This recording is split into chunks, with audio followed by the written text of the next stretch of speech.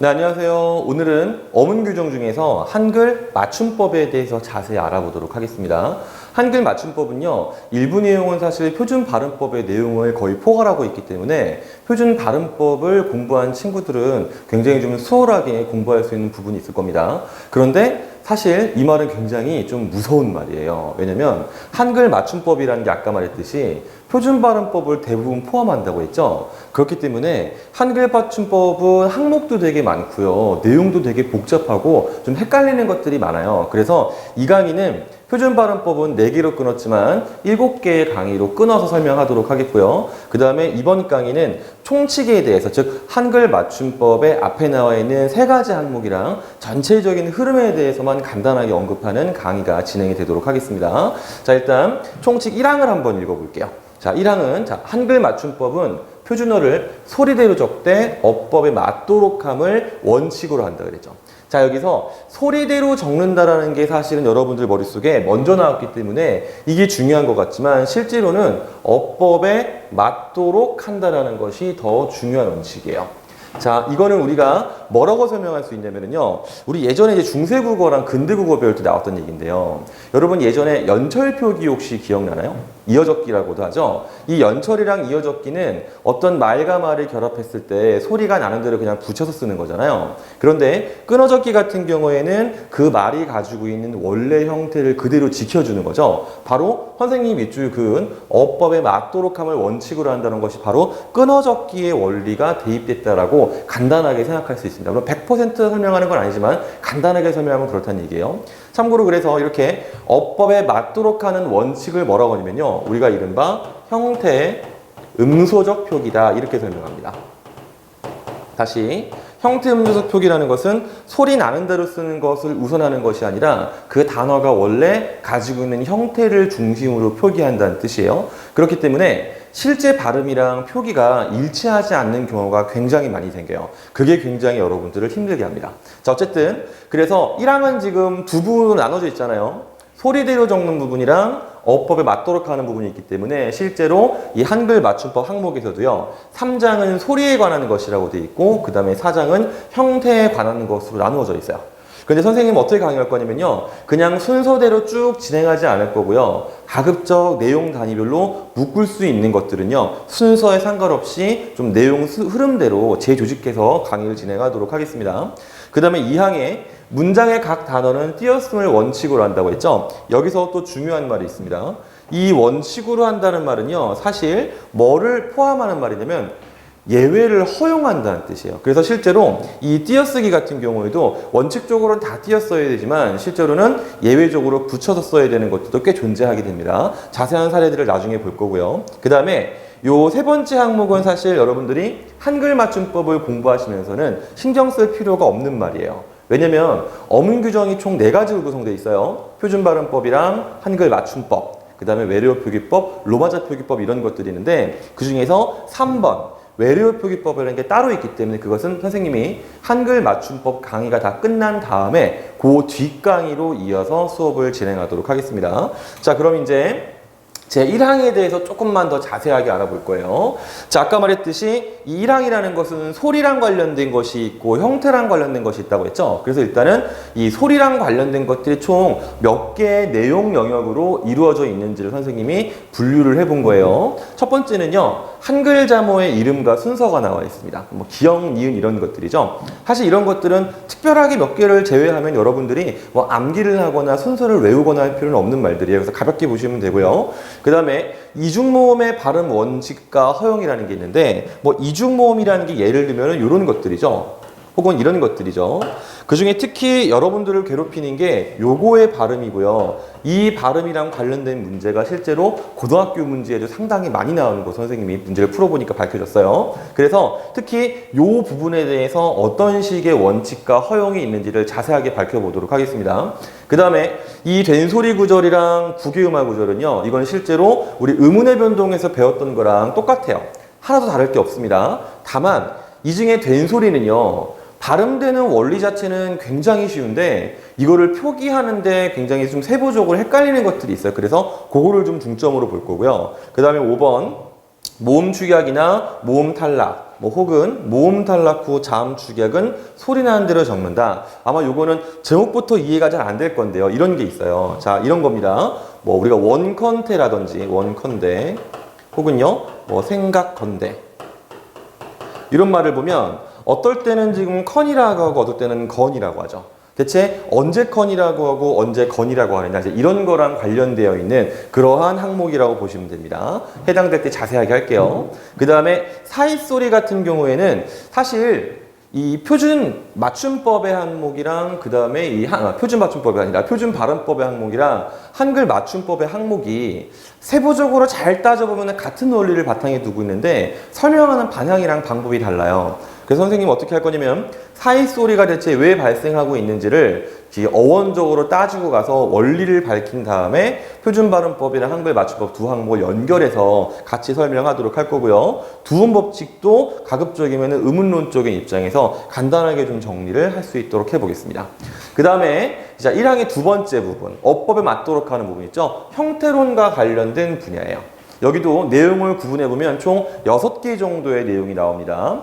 이 내용들은 상당히 여러분들 헷갈리기 때문에요. 사실 몇 항 하나씩 공부를 하게 되면요. 앞과 뒤의 내용이 연결도 안 되고요. 굉장히 헷갈리게 돼 있어요. 그래서 아까도 말했지만 선생님은 항목을 순서대로 하지 않고요. 이것과 관련된 것들을 그냥 모아서 이 맞춤법 규정 설명이랑은 다른 순서로 설명을 할 겁니다. 어쨌든 아주 자세하게 수업은 하겠지만 일단 대략 어떤 내용이다라고 알아두라는 의미에서 몇 가지 사례들만 일단 알려주도록 할게요. 일단 1번 체언과 조사, 어간과 어미 결합 및 단어의 합성과 파생에서 형태음소적 표기를 원칙으로 한다. 아마 지금 이 1번 말 자체가 이해가 안 되시는 친구들이 있을 텐데요. 요 말 자체에 사용하는 언어가 뭔지를 모르는 친구들은 사실 한글 맞춤법 자체를 공부하는 게 아무 효과가 없어요. 조금 시간이 걸리시더라도 선생님이 촬영한 강의 중에서 형태론 강의를 좀 시간을 들여서 찬찬히 보신 다음에 이 부분을 봐야 좀 큰 도움을 받을 거예요. 어쨌든 자, 이게 무슨 말이냐, 예를 한번 보도록 합시다. 선생님이 승우가랑 먹었다랑 놀이 3개의 단어를 지금 제시했는데요. 이 중에 승우가라는 건 사실 여러분들이 헷갈려 할 필요가 없어요. 그 이유가 뭐냐면 이거는 글자로 써 있는 것과 그 다음에 발음하는 것이 정확하게 일치합니다. 그런데 먹었다 경우에는 그렇지 않죠. 실제로 발음할 때는 먹었다 이런 식으로 발음하죠. 근데 왜 우리는 이걸 표기할 때 먹이라고 하고 엇이라고 하고 다라고 표기를 하느냐? 그 이유는 뭐냐면요. 이 각각의 형태소들의 원래 모양이 이렇기 때문이에요. 먹 같은 경우에는 먹다라는 동사의 이 어간 모양이고요. 엇 같은 경우에는 과거 시제를 드러내는 서너말어미의 본래 형태. 다 같은 경우에는 문장을 끝맺는 평서형 종결어미의 일반적인 원래 형태가 되는 거죠. 그래서 자, 이 원칙을 보면 아시겠지만 여기 나와 있는 말 형태음소적 표기라고 했죠. 자, 아까도 설명했지만 원래 형태를 지켜가며 쓰는 것이 원칙이기 때문에 실제 발음과 표기상의 괴리가 지금 드러나기 시작하는 거예요. 여기 놀이도 마찬가지죠. 우리가 이거를 읽을 때는 놀이라고 하지만 표기된 걸 보면 놀과 이가 구분되어 있죠. 그 이유는 바로 뭐 때문이냐면 놀이라는 것이 놀다의 어간이기 때문입니다. 자, 그럼 이제 두 번째 항목을 보겠습니다. 자, 단어의 본래 뜻에서 멀어지면은 소리 나는 대로 표기한다. 자, 이건 또 무슨 말이냐? 아까 우리 1번에서 봤듯이 어떤 단어를 만들거나 다른 단어와 단어 합쳐지거나 혹은 단어랑 조사나 어미가 만날 때는요. 원래 형태를 지키는 것이 원칙이에요. 그런데 우리가 자주 사용하는 말들 중에서는요. 원래 말이 뭔지를 모르겠거나 혹은 원래 말에서 의미가 멀어진 케이스들이 있거든요. 그런 경우에는 그냥 소리 나는 대로 적는다는 거예요. 예를 들면 노름 같은 경우에는 원래는요. 놀다의 놀과 그 다음에 이라는 말이 붙어서 만들어진 말이에요. 그래서 이거의 발음을 해보면요. 노름 이렇게 되겠죠. 근데 여기 표기된 걸 보면 알겠지만 발음과 표기가 지금 일치합니다. 그 이유는 뭐냐면 사실 여러분들이 노름이라고 하면 도박을 떠올리지 놀이라는 동작을 떠올리지는 않기 때문이에요. 의미가 멀어져서 그런 겁니다. 드러나라도 마찬가지죠. 원래는요. 들다라는 말 뒤에다가 연결어미 그 다음에 나다라는 말이 붙은 말인데요. 실제 여러분들이 드러나다라는 말씀에서 들다의 들자라는 거를 머릿속에 상기하는 사람은 아무도 없죠. 그렇기 때문에 원래 뜻에서 멀어졌다라고 해서 그냥 소리 나는 대로 표기하게 되는, 즉 이거는 일종의 이어적기 표기인 거죠. 이렇게 표기가 되는 예외인 거예요. 그 다음에 3번, 모음으로 시작하는 접미사 중에 일반적이지 않은 것이 쓰이면 소리 나는 대로 표기한다. 자, 이게 무슨 말이냐면요. 자, 우리가 말하는 명사 파생 접미사라는 게 있어요. 그 다음에 또 부사 파생 접미사라는 게 있습니다. 이거의 일반적인 형태가 어떠냐면요. 명사 파생 접미사는 이나 음으로 끝나고요. 부사 파생 접미사는 이, 히 이런 식으로 쓰이는 것이 일반적이거든요. 그런데 이미 만들어진 말들 중에서는요. 명사인데 이나 음으로 안 끝나고요. 부사로 끝나는 부사 파생인데 파생어인데 이랑 히로 끝나지 않은 말들이 있어요. 그래서 그런 말들을 어떻게 하느냐? 그냥 소리 나는 대로 적습니다. 예를 들면 이런 거예요. 자, 지붕 같은 경우에는 원래는요. 집이라는 말 뒤에다가 웅이라는 말이 붙었는데 이 웅이라는 것도 명사 파생 접미사인데 일반적으로 쓰이지 않는 거예요. 그렇기 때문에 그냥 소리 나는 대로 지붕이라고 쓰고요. 마중도 마찬가지입니다. 우리가 사람을 맞이하다 할 때 맞에다가 뒤에다가 웅을 붙인 거거든요. 근데 이거는 우리가 일반적으로 안 쓰는 말들이기 때문에 그래서 그냥 소리 나는 대로 표시한다라고 이해하시면 돼요. 그 다음에 4번 항목. 끝소리 리을이 탈락하거나 이 리을이 디귿으로 바뀌면 그냥 소리 나는 대로 표기합니다. 예를 들면 이런 거죠. 달달인데 우리가 다달이라고 그러고요. 딸님인데 따님이라고 하고, 원래 이 숟가락 같은 경우에는 술 더하기 가락이에요. 근데 이것이 리을이 디귿으로 바뀌는 현상이 생기는데 이런 경우에는 그냥 원래 형태를 표기로 삼지 않고 이 리을이 탈락하거나 바뀐 형태를 그대로 사용한다는 뜻이 되겠습니다. 그 다음, 자, 5번에 중세시대의 표기 전통이 남은 것은 그 전통을 지켜서요, 형태를 밝혀 적습니다. 무슨 말이냐? 머리카락은 우리가 이렇게 설명했었어요. 자, 뭐냐면, 히읗 종성체언이라는 게 있었죠. 선생님이 중세국어 시간에는 뭐라고 설명했었냐면요, 돌이라는 것이 원래 이렇게 끝난다고 했어요. 돌 히읗이라고. 그래서 요 뒤에다가 과라는 말을 붙이면요, 어떻게 표기를 하느냐? 돌과라고 해서 자음 축약 형태가 표기에 반영이 되죠. 얘가 똑같은 거예요. 무슨 말이냐면 원래 머리라는 말이요, 중세시대에 머리 히읗으로 끝나는 히읗 종성체언이었어요. 그래서 이 뒤에다가 가락이란 말이 붙으면요, 히읗과 기역이 만나서 키읔이 되는 자음 축약 현상이 생기는 겁니다. 자, 그 다음에 좁쌀이라는 거는 무슨 말이냐? 얘는요, 자, 또 중세시대에 배웠던 건데요, 어두자음군이라는 게 있어요. 자, 이건 무슨 말이냐? 자, 원래 좁쌀이라는 말에 단어와 결합되는 원형을 보면은요, 조라는 거 뒤에요, 쌀이 붙는데 쌀의 원래 모양이 이렇게 생겼어요. 부살이에요. 그래서 지금 여기 이 비읍 시옷 있잖아요. 여기서 비읍이 어디로 가냐면 조 밑에 붙어서 좁이 되는 거고요. 그 다음에 그냥 살이 오는데, 그런데 우리가 지금 이 친구를 그냥 쌀이라고 발음하기 때문에 좁쌀 이런 식으로 표기를 하게 되는 겁니다. 자, 이게 5번 내용 설명이었고요. 그 다음 6번. 용언의 규칙 불기침 화력에 따라 원칙적 표기를 지키지 않는다. 지키지가 않는 게 아니라 지키지 않는 거죠. 예를 들면 이런 거예요. 말라 도와 같은 건데 비교를 한번 해봅시다. 자, 먹다 같은 경우에는 우리가 이거를 명령형이나 혹은 연결형으로 바꿨을 때 이렇게 돼요. 이걸 잘 보면은요, 이 먹이라는 어간의 모양이 바뀌지 않고요. 그 다음에 연결형 혹은 명령형의 어미인 어도 원래 형태를 지키는 걸 알 수 있죠. 이걸 우리가 규칙 활용이라고 합니다. 그런데 저기 적어놓은 도화를 한번 봅시다. 얘는 원래 돕다라는 말이거든요. 근데 이 친구를 명령형이나 혹은 연결형으로 바꾸면요, 돕바라고 하지 않고 도와라고 하죠. 이 형태를 잘 살펴보면요, 원래 이 비읍이었던 친구가 오로 바뀐 다음에 아랑 결합해서 와가 됐다는 걸 알 수 있잖아요. 이런 것들을 그대로 표기에 반영한다는 뜻이에요. 즉, 불규칙 활용이나 규칙 활용에 의해서 모양이 바뀌는 것들을 그대로 표기에 반영한다, 이런 것이 바로 6번 내용이 되겠습니다. 참고로 이 불규칙 활용 같은 경우에는 굉장히 이론적으로 복잡하기 때문에 선생님이 강의에 앞서서 그 형태론 시간에 했던 강의를 다시 반복해서 좀 압축해서 설명하도록 하겠습니다. 자, 그 다음에 2항을 볼게요. 여기서부터는 띄어쓰기랑 관련된 내용인데 잘 보시면 크게는 지금 네 가지 내용이 들어있고요. 그리고 요 3번 항목 밑에 또 4가지 세부적인 항목이 들어있습니다. 참고로 이 띄어쓰기라는 것은 형태론적인 공부가 충실하게 된 친구들한테는 어려운 내용이 아니에요. 그런데 형태론적인 기초가 부족하면 상당히 어려울 수 있는 그러한 항목이 되겠습니다. 일단 1번 개별 품사에 해당하는 것들은 모두 띄어쓰는 것이 원칙이지만 여기서 말하는 개별 품사라는 것이 우리 형태론 시간에 배운 구품사 있죠. 명사, 대명사, 수사, 조사 이런 것들이요. 뭐 혹은 관형사, 부사, 동사, 형용사 이런 것들 얘기하는 거예요. 그 9개의 품사들은요. 원래는 다 떼었어야 돼요. 그게 원칙이에요. 그런데 조사는 붙여 쓰는 것이 원칙입니다. 조사는 무조건 붙여 쓰는 거예요. 조사끼리도 붙여 쓰는 거예요. 예를 들면 이런 겁니다.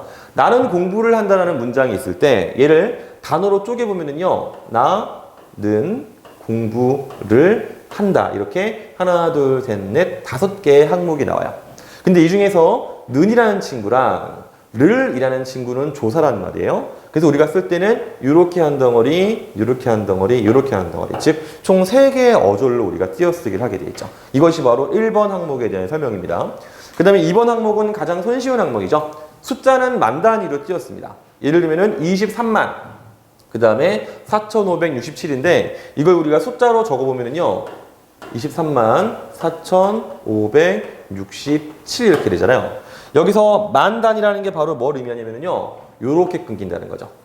이렇게 4개씩 끊어가지고 우리가 표기를 하게 된다라고 설명을 하는 겁니다. 그 다음 3번. 다음은 붙여 쓰는 것을 허용하는 예외들이에요. 첫 번째는 뭐냐? 자, 원래 한입두입은요. 원칙적으로는 한이 관형사예요. 그 다음에 잎은 명사고요. 두도 관형사고 잎도 명사예요. 그럼 다 띄어 쓰는 게 원칙입니다. 그런데 이렇게 써도 되지만 그냥 얘들을 붙여서 써도 된다는 것이 기억 항목 내용이에요. 왜냐? 단음절 단어가 앞뒤로 나오면 붙여 써도 된다. 이것은 허용이기 때문에 띄어 써도 되고 붙여 써도 되는 거예요. 그 다음에 두 번째, 보조용어는 붙여 쓰는 것을 허용한다. 일단 이 말을 이해하려면 보조용어는 무엇인지를 알고 있어야 되죠. 용언 2개가 나란히 나왔을 때 뒤에 있는 용언이 일반적으로는 뒤에 있는 용언이에요. 앞에도 보조용언이 오는 경우가 없는 건 아닌데 그건 거의 없습니다. 어쨌든 자 뒤에 붙은 보조용언이라는 건 뭐냐면 실제로 그 단어 자체의 의미를 그대로 쓰지 않는 거를 얘기해요. 어쨌든 자 이게 지금 형태론 시간이 아니기 때문에 더 자세하게 설명이 좀 곤란합니다. 자 붙여 쓴다는 게 무슨 말이냐? 지금 꺼져 간다라고 보시면은요 잘 안 보이시겠지만 띄어쓰기가 되어 있어요. 자 여기서 꺼져 간다라는 이 말에서 꺼져라는 것은 실제로 어떤 촛불의 불빛이 약해지는 것을 보여주는 진짜 자기 의미가 반영됐기 때문에 이거를 본 용언이라고 하고요. 그 다음에 간다 같은 경우는 진짜로 불이 막 가는 게 아니죠. 이거는 꺼지는 동작이 지속이 되고 있다는 것을 의미적으로 보조해주는 보조용언이에요. 이런 경우엔 그냥 붙였어도 상관없어요. 그래서 이거랑 자세한 항목들은 또 이따 볼 겁니다. 그 다음에 디귿. 한자어로 된 전문 용어는 붙여 쓰는 것을 허용한다. 이런 겁니다. 자, 지금 만성, 골수성, 백혈병이라는 긴 단어가 나왔는데 만성이라는 것도 전문 용어고요. 골수성이라는 것도 전문 용어고 백혈병이라는 것도 전문 용어죠. 이런 전문 용어들은요. 그냥 하나로 쭉 붙여서 쓰는 것도 허용해 준다는 것이 지금 이 디귿의 얘기예요. 그 다음에 리을. 단위를 나타내는 명사가 순서를 나타내거나 숫자와 어울려 쓰일 때는 붙였음을 허용한다. 이것도 이 말보다는 예를 통해 설명하는 게 쉬우니까 예를 봅시다. 3학년이라고 하면은요, 이 학년이라는 말이 바로 뭐냐? 단위를 나타내거나 혹은 순서를 나타내는 말이죠. 앞에 지금 수랑 관련된 말이 썼기 때문에 3이라는 것은 수사고 학년은 명사지만 같이 붙여줄 수 있는 거예요. 7반도 마찬가지 맥락이 되겠습니다. 근데 마지막 4번 항목. 성과 이름, 성가호는 붙여 쓰는 거예요. 예를 들면 이런 거죠. 선생님 이름은 이승우예요. 이거 붙여 쓰는 겁니다. 그 다음에 유명한 사람 누구 있죠? 선생님이 제일 예쁘다고 생각하는 연예인은 한가인 씨예요. 그럼 한가인 이렇게 하면 돼요. 이거는 성이랑 이름이랑 붙인 거예요. 참고로 제일 싫어하는 남자 연예인 연정훈입니다. 그런데 자 여기서 구분이 필요할 때가 있어요. 무슨 말이냐면 선생님 옛날 제자 중에 굉장히 훌륭한 제자였어요. 사공혁이라는 친구가 있었는데 공효가 미안해 이름 팔아서 그런데 이 친구가 선생님 지금 나도 모르게 공혁이라 그랬잖아요. 근데 이름이 공혁이 아니에요. 성이 사공이고요. 그 다음에 이름은 혁이에요. 그래서 이렇게만 쓰면 우리가 어디까지가 성이고 이름인지가 헷갈리죠. 그래서 이런 경우에는 띄어 쓰는 것을 허용한다. 뭐 예를 들면 극단적으로 이런 거죠. 선생님 이름이 이승우인데 알고 보니까 이름이 승우가 아니라 이름이 우였던 거예요. 그러면은 이승 하고서 우 이렇게 띄어 쓸 수 있다는 것이 4번 규정 내용이 되겠습니다. 자, 이렇게 해서 지금 선생님이 이 총책에 대한 이건 정말 간략한 설명이에요. 많은 내용이 있긴 하지만 간략한 설명이고요. 요 뒤에부터 이제 제대로 아주 꼼꼼하게 이 한글 맞춤법의 항목들을 하나씩 살펴보도록 하겠습니다. 고생했습니다.